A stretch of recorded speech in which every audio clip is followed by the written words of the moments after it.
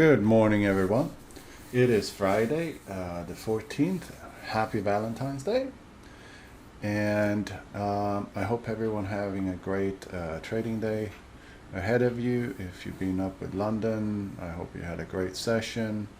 The New York session has kicked off, and we're going to start looking at what news were coming out and what we had anticipated. And we know from yesterday that I was sitting on some 4 trades. I'm still trying to figure out how I had 4, but I must have double clicked. I'm experiencing a slippage with my broker. It may be MT4, they're saying. They say that they don't have any slippage, but it takes up to a minute for my trades to execute, so very difficult to scalp, because by the time the trade executes, well, it's the time when I should be getting out. So anyway, let's take care of the intro, disclaimer, hit the subscribe and smash the like button, and I see you on the inside.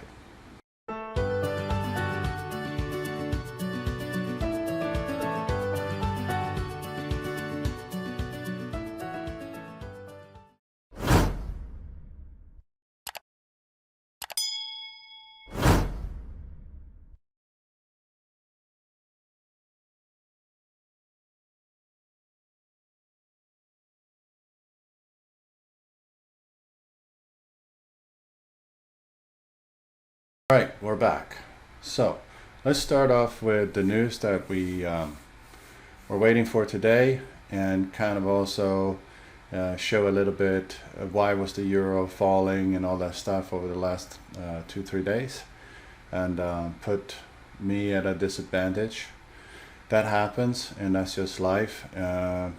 It's not a gambling like some people had commented. This is how I trade. You're free to trade any way you want to. I'm showing you what I do. That doesn't necessarily mean that you should be doing that. You can do and take away as much or as little as you want from this. I'm here to show you what I do. I'm not telling you how to trade. That is entirely up to you. You may find some valuable pieces here, and you may find some other things that it's not so valuable. But I do believe if you open your mind a little bit and stop putting comments in there. Of course you could put comments in there, but the comments that has no value to me are the comments that just blur out some shit line and then that not willing to back it up or anything. I mean, go back a couple of videos, I addressed that. You're free to have your opinion, that's absolutely fine. But if you can't provide constructive criticism or come back with something that is of value, then save yourself and everyone else about your opinion. Stick it somewhere where the sun don't shine, and let's get on with the day.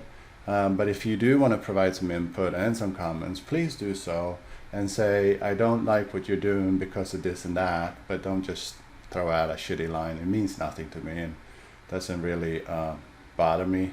It bothers me that you think that's value in it, but hey, whatever. Let's roll the dice and let's get on with it.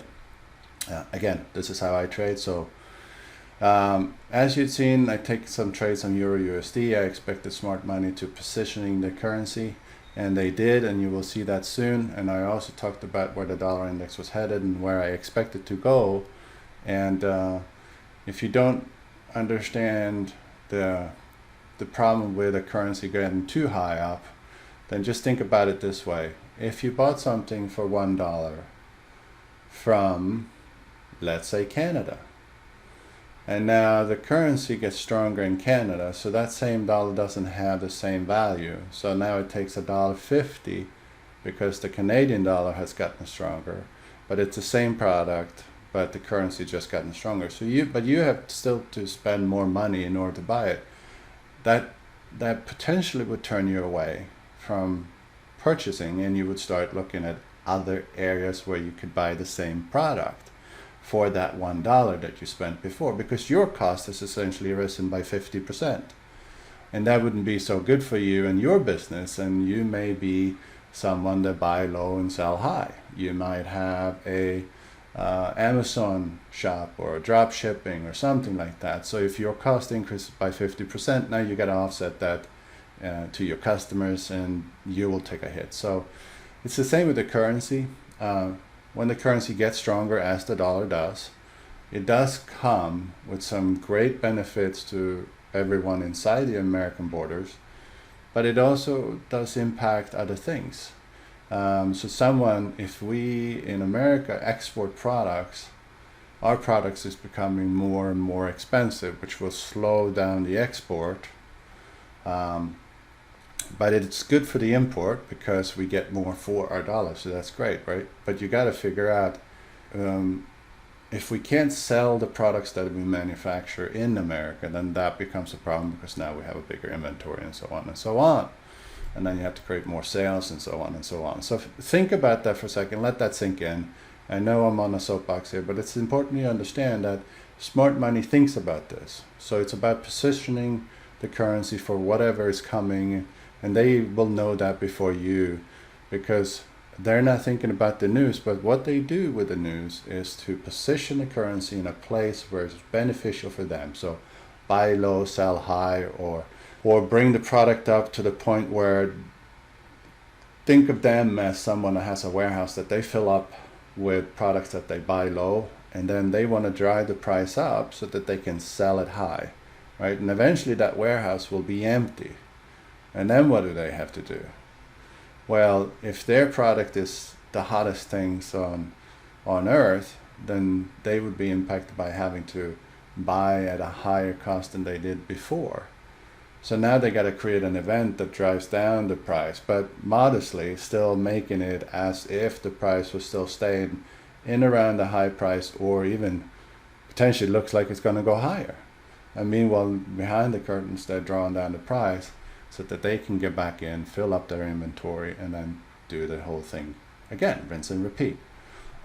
So think about that for a second. That's very important. So anyway, Euro USD has been going down, the dollar index has been going up, and we talked about that for a long time.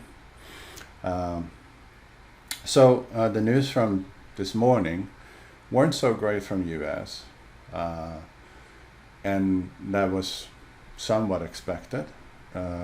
Some things were just right on target, but obviously you would like to see it higher, right? So the retail sales was at 0.3.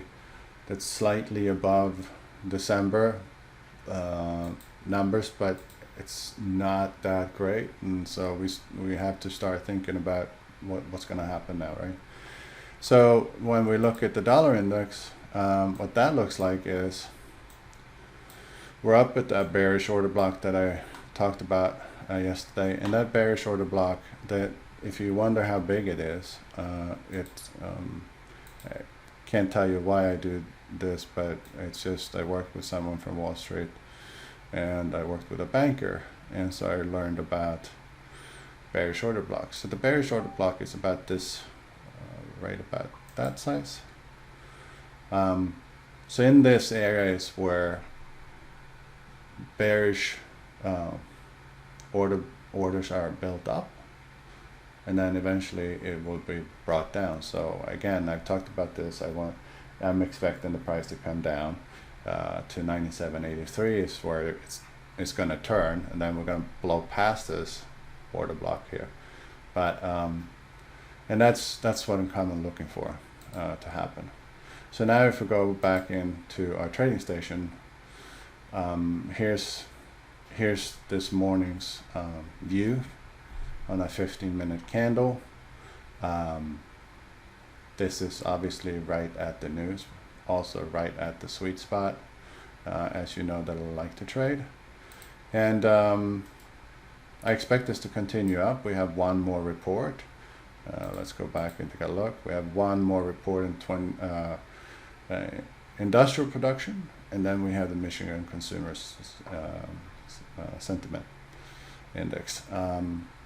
So I do believe that this is going to continue up, and where we're going to see the first hesitation, it doesn't mean that it's going to stop, but the first hesitation on the price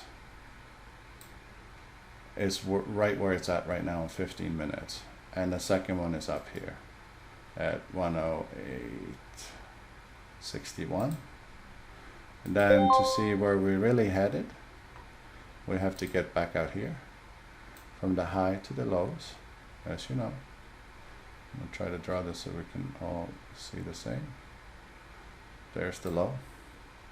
So where we expect this to go is the first hesitation up here, second hesitation up here, right?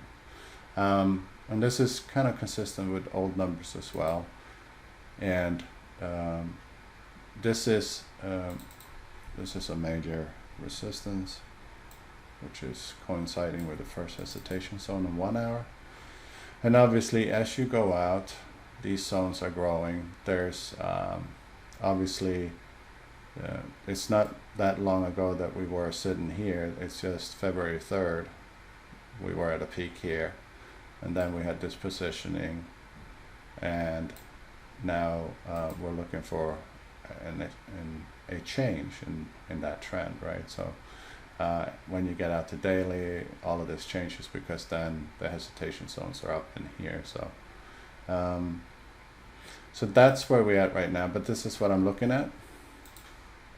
And there is a trading channel here from 15 minutes that I drew this morning, and just looking at a breakout of that and come down and confirm the breakout and then back up. So we're sitting on that, and we'll just let that play out.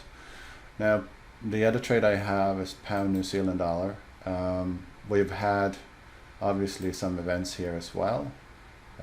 Also kind of something that I talked about, where this is distribution, right? So we sold up into here, and then we had the trading zone here, right? Trading range.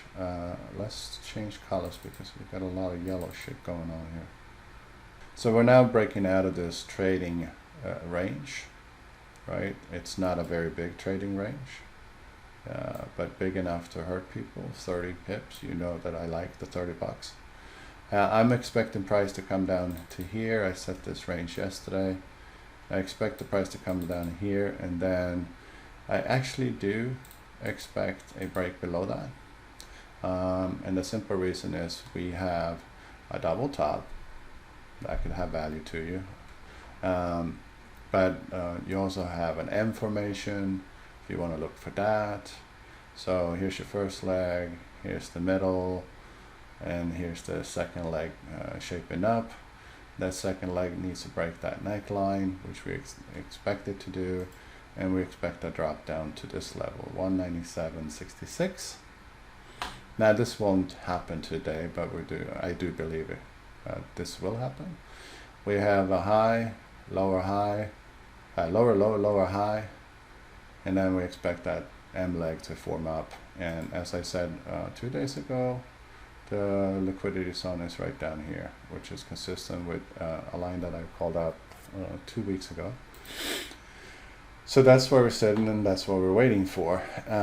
Again, just waiting for these trades to play out today, not do much on this, just waiting.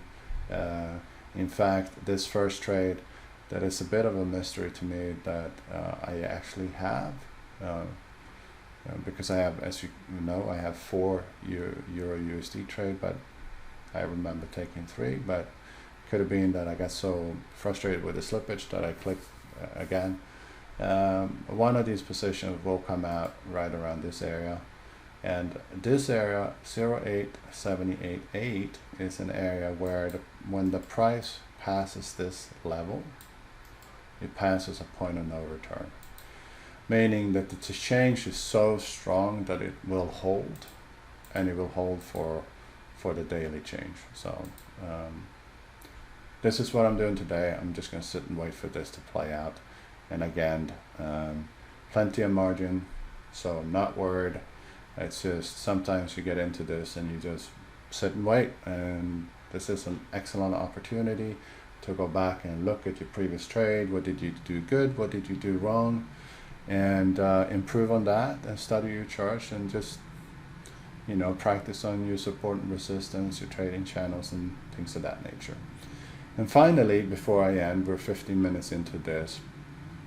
I'll do every, pardon me, that'll be cut up.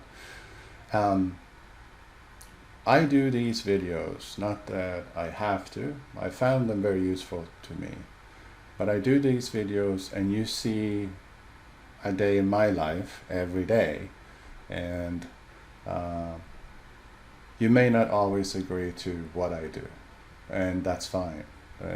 And hopefully when I do things that are not so good, like having 4 trades that has gone against me the way they have, it's not good. That's not good risk management. So another thing to think about when you trade and to understand more about trading and how it works is that if you know anything about brokers, and any broker you take, like stock market or Forex, when you put in an execution of a trade, the broker's job is then to try to find the best trade, the best position for that trade. That may not always be where you're at, but where you say that you want the price. That's the broker's job, to try to get that price that you want. But another thing to know is that when the market shows sign of turning, a lot of things that the market makers do is to stagger their trades. So they buy on their way down, in opposite to what most retail traders do. They sell on their way down, and that's perfectly fine too, and I could have done that too.